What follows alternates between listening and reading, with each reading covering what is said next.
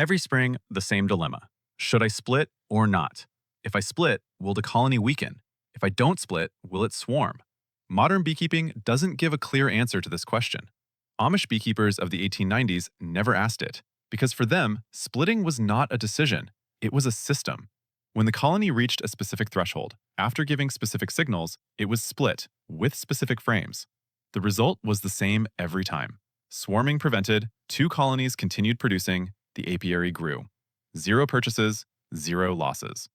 The modern beekeeping industry profits from the confusion surrounding swarm management, from the products it sells to prevent swarming, from the packages it sells to replace swarmed colonies, and from the queen cells it sells to requeen the disrupted units that follow an unmanaged swarm event.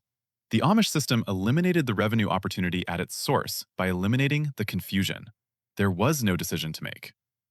There was only a system to read and execute.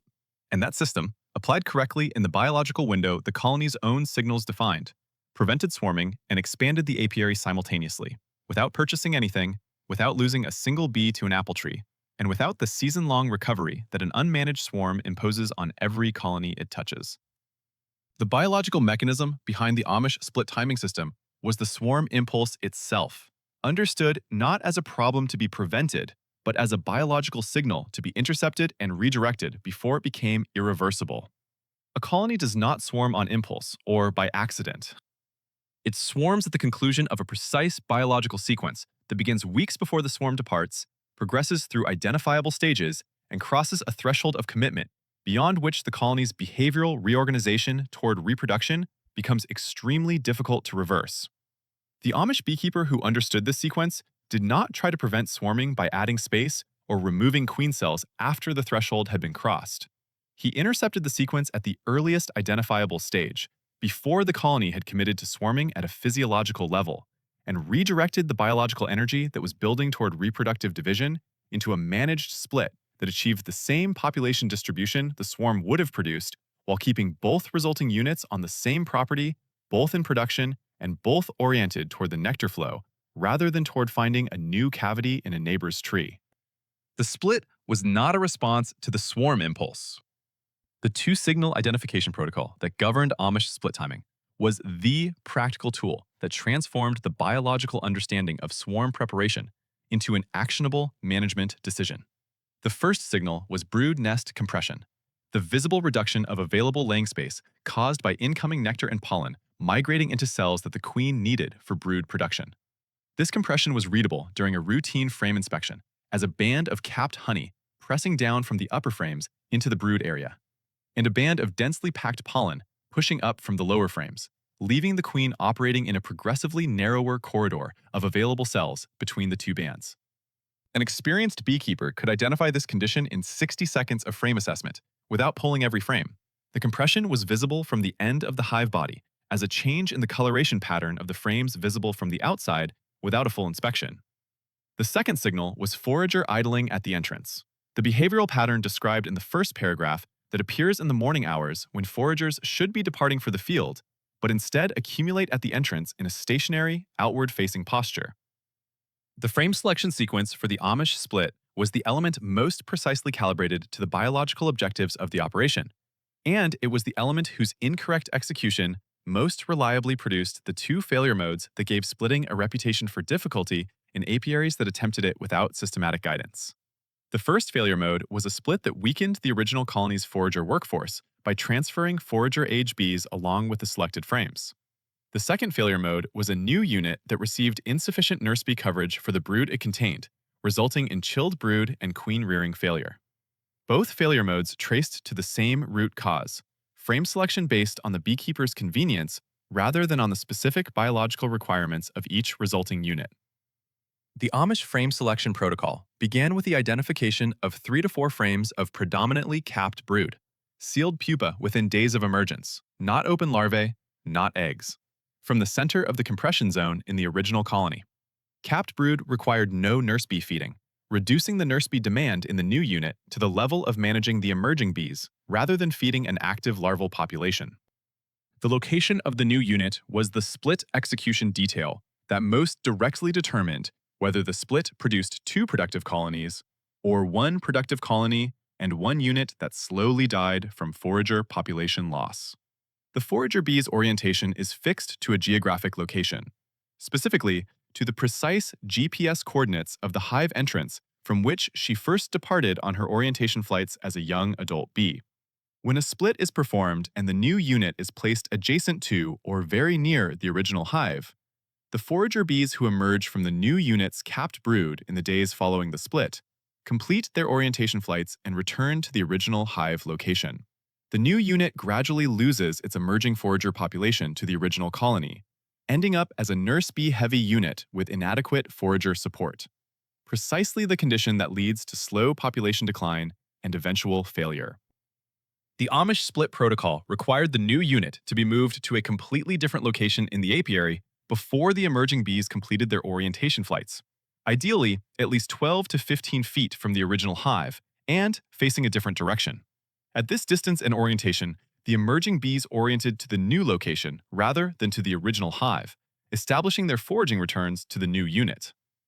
The queen management in the new unit was the stage of the Amish split system that most distinguished it from the purchased queen approach that modern beekeeping promoted as the reliable alternative.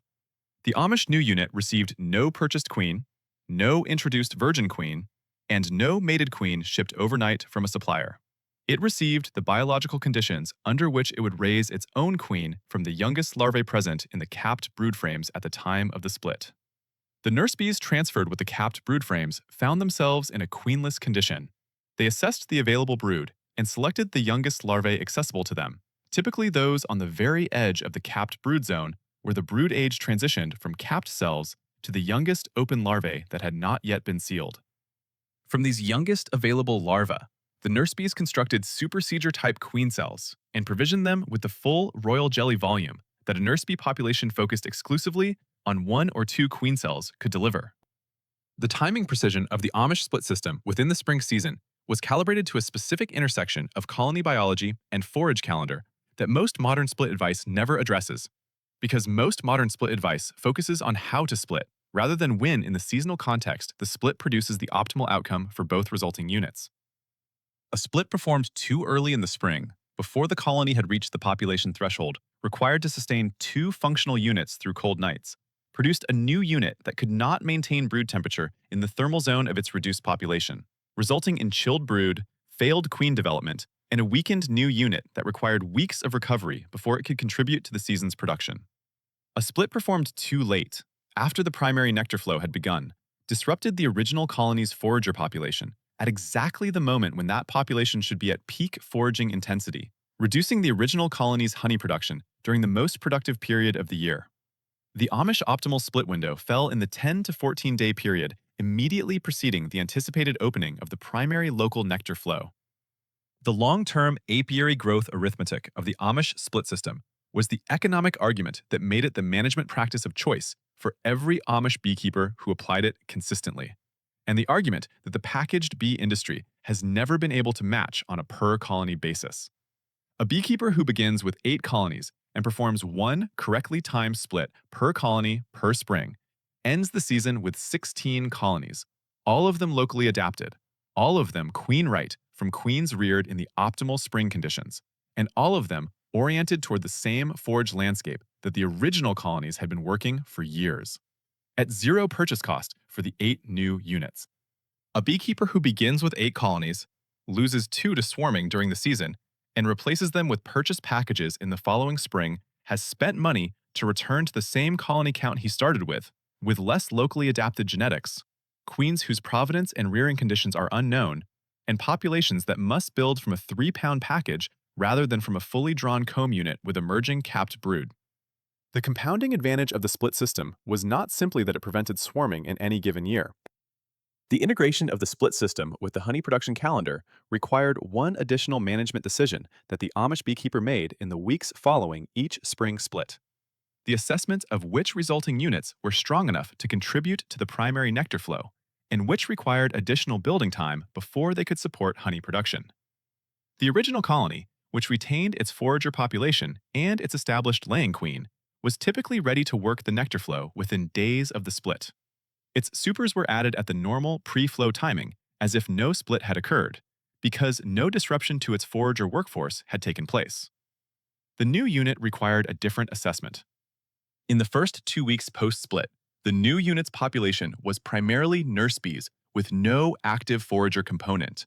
The capped brood had not yet emerged, and the forager-age bees that would eventually come from that emerging brood were weeks from field readiness. A super added to the new unit during this period would produce no result because the population had no foragers to fill it. At week 3, as the first emerging bees from the transferred capped brood began completing their nurse bee duties and transitioning toward forager status, the new unit's entrance activity began to increase measurably. The Amish split timing method did not disappear from American beekeeping practice because it failed to work.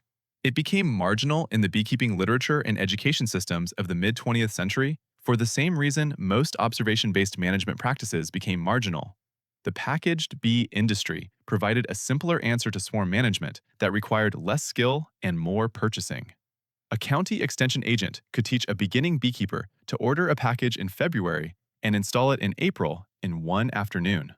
Teaching that same beekeeper to read brood nest compression signals, identify forager idling patterns, select correctly by frame type, position new units for correct orientation, and integrate split timing with the local forage calendar required hands-on instruction across multiple spring seasons.